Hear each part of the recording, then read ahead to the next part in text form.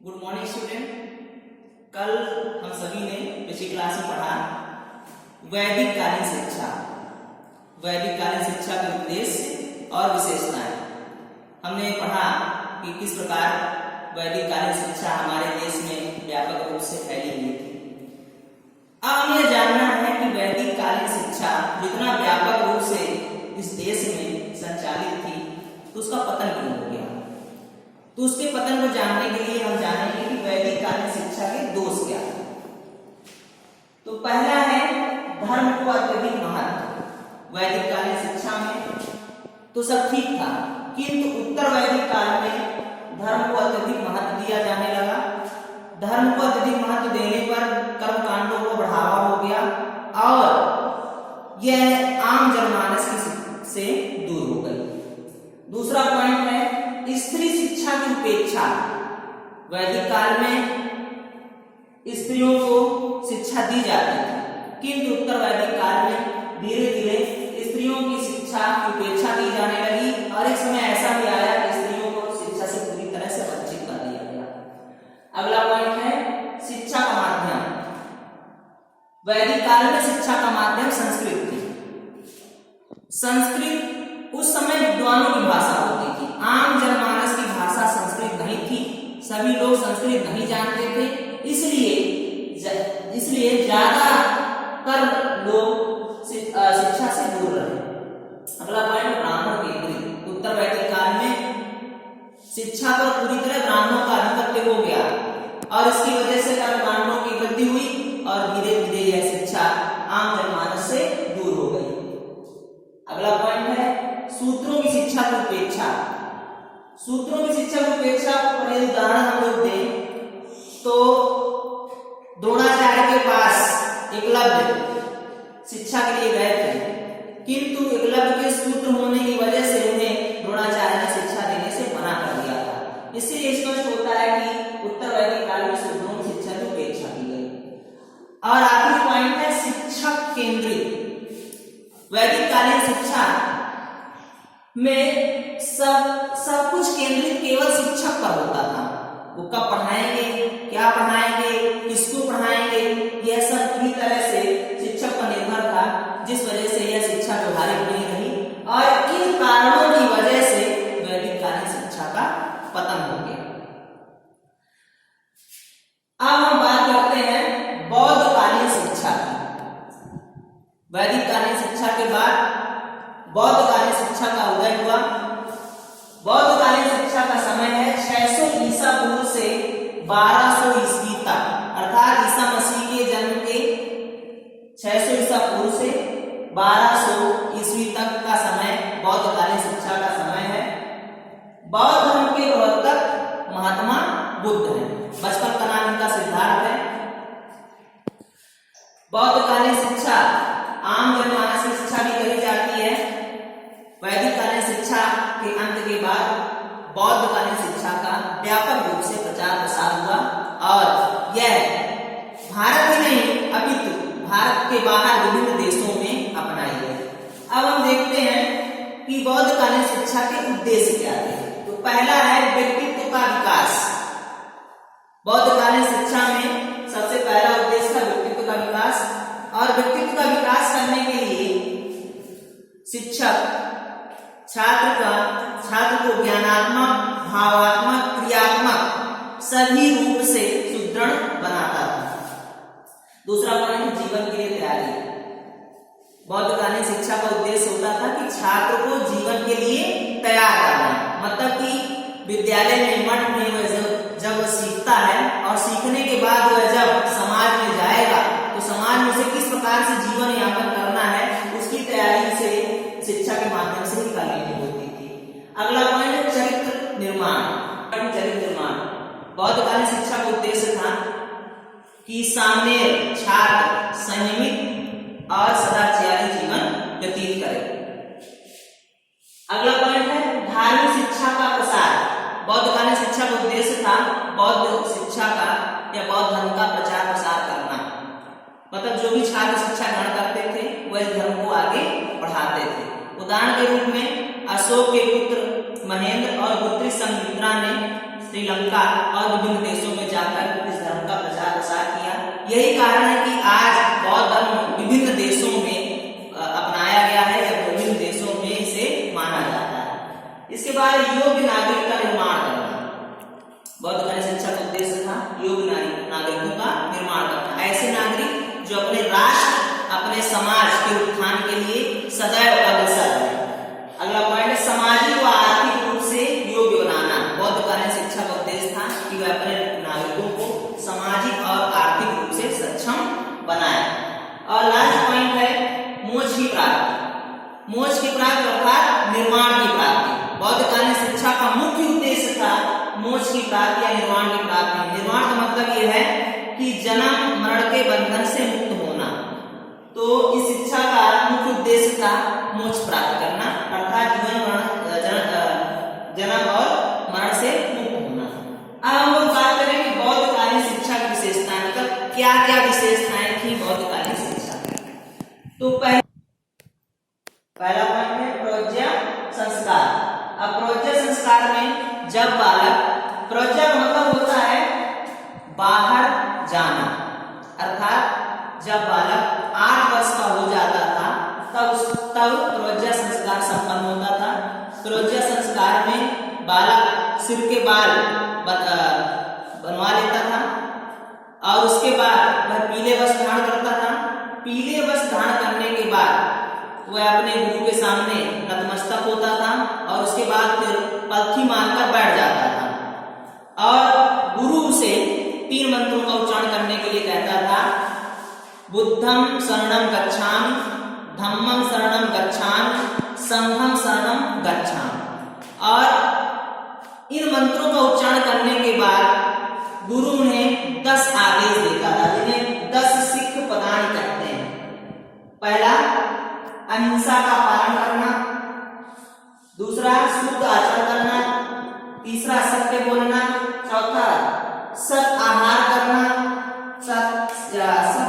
सत आहार का मतलब है कि आपको सदैव सादा भोजन करना है।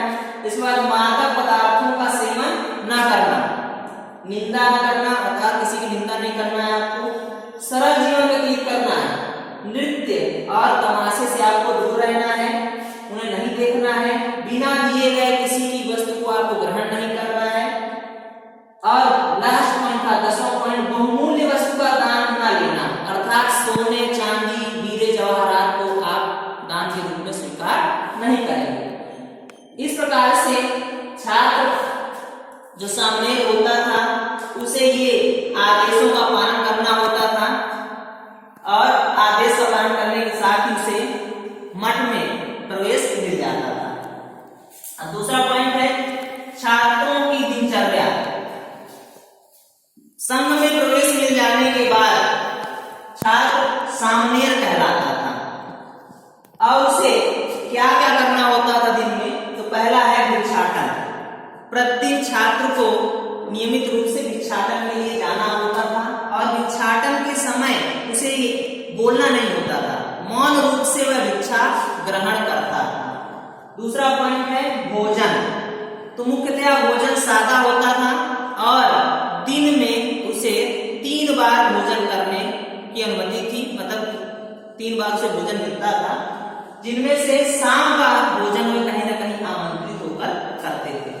वस्त्र की बात करें तो वस्त्र में गुरु द्वारा प्रदान किया जाता था, इसे तिसवरा कहते थे। 3 वस्त्र होते थे शरीर पर धारण करने के लिए, इसे तिसवरा कहते थे। स्नान की बात करें तो छात्र को नदी या झील में स्नान करते समय पानी से खेलने की स्वतंत्रता नहीं थी और ना ही शरीर को आपस में रगड़ने की या मलने की स्वतंत्रता भी नहीं थी। उन्हें मनाही थी कि आप शरीर को मल के नहीं नहाएंगे। अनुशासन की बात करें तो बौद्ध कालीन शिक्षा में अनुशासन पर विशेष बल दिया गया था। छात्र के अनुशासनहीनता करने पर उसे मठ द्वारा निष्कासित कर दिया जाता था। कभी कभी तो दंड इतना ज्यादा व्यापक होता था कि मठ के पूरे सदस्यों को ही मठ से निष्कासित कर दिया जाता था। तीसरा पॉइंट है गुरु से संबंध। तो वैदिक काल में जिस प्रकार से आपने जाना कि गुरु से संबंध मधुर होते थे, उसी प्रकार बौद्ध काल में भी गुरु से संबंध मधुर होते थे। आपस में प्रेम और सौहार्दपूर्ण संबंध था। परस्पर एक दूसरे की ये देखभाल करते थे। और अगला पॉइंट है गुरु के कर्तव्य। बौद्धकालीन शिक्षा में गुरु का कर्तव्य था कि वह अपने शिष्य के लिए वस्त्र की व्यवस्था करें, भिक्षाटन के लिए सामग्री उपलब्ध कराएं और उनके बीमार होने पर उनकी सेवा शुश्रूषा करें और साथ ही छात्र का पूरी तरह से आध्यात्मिक और शारीरिक विकास भी करें। इसी प्रकार शिष्य का भी कर्तव्य था गुरु के प्रति, मतलब उनके उठने से पहले उनके स्नान ध्यान की व्यवस्था करना, साथ ही गुरु के बर्तनों की धुलाई करना, उनके कपड़ों की सफाई करना और मठ के जो विभिन्न कार्य होते थे उनमें सहयोग करना शिष्य के कर्तव्य होते थे। अब बात करें पाठ्यक्रम की, तो बौद्धकालीन शिक्षा में ज्योतिष, गणित, नक्षत्र विद्या, धनुर्विद्या और शल्य क्रिया आदि की शिक्षा प्रदान की जाती थी। इसके बाद शिक्षा विधि बौद्ध काल में निध्यासन, भ्रमण, देशाटन, तर्क, विश्लेषण, वाद विवाद, व्याख्यान आदि विधियों का प्रचलन था। इसके बाद है अगला पॉइंट है शिक्षा का माध्यम। तो आपने कल आपने क्लास में पढ़ा था कि वैदिक कालीन शिक्षा में शिक्षा का माध्यम संस्कृत था, जबकि बौद्ध कालीन शिक्षा में शिक्षा का माध्यम पाली भाषा और जनमानस में प्रचलित भाषाओं का प्रयोग किया जाता था। इसके बाद दंड की व्यवस्था, तो बौद्धकालीन शिक्षा में दंड की कोई ऐसी व्यवस्था नहीं थी, किसी प्रकार का शारीरिक दंड नहीं दिया जाता था, किंतु छात्र के गंभीर अनुशासनहीनता करने पर उसे मठ से निष्कासित कर दिया जाता था। अगला पॉइंट नारी शिक्षा, तो बौद्धकालीन शिक्षा के प्रारंभ में स्त्रियों के लिए किसी प्रकार की शिक्षा की व्यवस्था नहीं थी, किंतु गौतम बुद्ध की विमाता महाप्रजापति के कहने पर गौतम बुद्ध से अनुरोध करने पर उन्हें आश्वासन मिला और स्त्रियों की शिक्षा का प्रारंभ भी हो गया, मतलब इसकी शिक्षा प्रारंभ कर दी गई। इसके बाद अगला पॉइंट है वित्तीय प्रबंधन। तो उस समय शिक्षा निःशुल्क होती थी, छात्रों से किसी प्रकार का शुल्क नहीं लिया जाता था, किंतु मठों की अर्थव्यवस्था कैसे संचालित है उसके लिए कभी कभी राजाओं द्वारा दिए गए दान और राजस्व के रूप में कुछ जो गांव में दे दिए जाते थे, वहां से जो कर प्राप्त होता था उसके माध्यम से वित्तीय व्यवस्था या वित्तीय प्रबंधन संचालित होता था। अगला पॉइंट है उपसंपदा संस्कार। अभी हमने आपको बताया था कि प्रज्ञा संस्कार 8 वर्ष की उम्र में होता था। 8 वर्ष की उम्र होने के बाद 12 वर्ष तक शिष्य सामनेर शिक्षा ग्रहण करता था। अब 8 वर्ष के बाद 12 वर्ष शिक्षा ग्रहण करने पर 20 वर्ष की उम्र हो जाने पर उपसंपदा संस्कार होता था। उपसंपदा संस्कार में एक तो सामनेर का गुरु और 9 अन्य गुरु अर्थात 10 विद्वानों के मध्य एक गोष्ठी होती थी।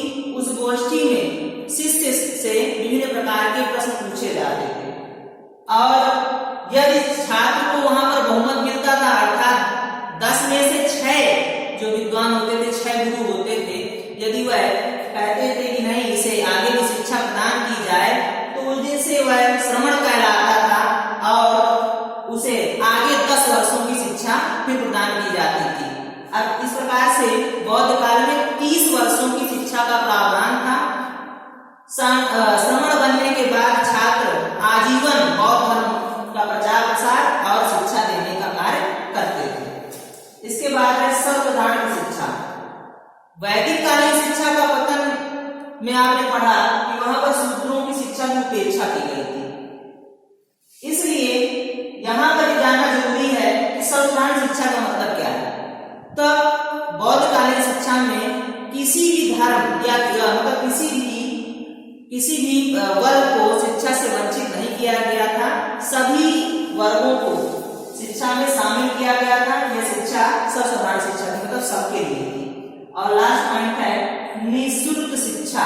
बौद्धकालीन शिक्षा में किसी प्रकार का शुल्क नहीं लिया जाता था, यह पूरी तरह से निःशुल्क होती थी। किसी प्रकार के शुल्क कोई व्यवस्था नहीं थी। और इसके बाद अब हम लोग कल की क्लास में पढ़ेंगे बौद्धकालीन शिक्षा के दोष। और आज यहीं तक, धन्यवाद।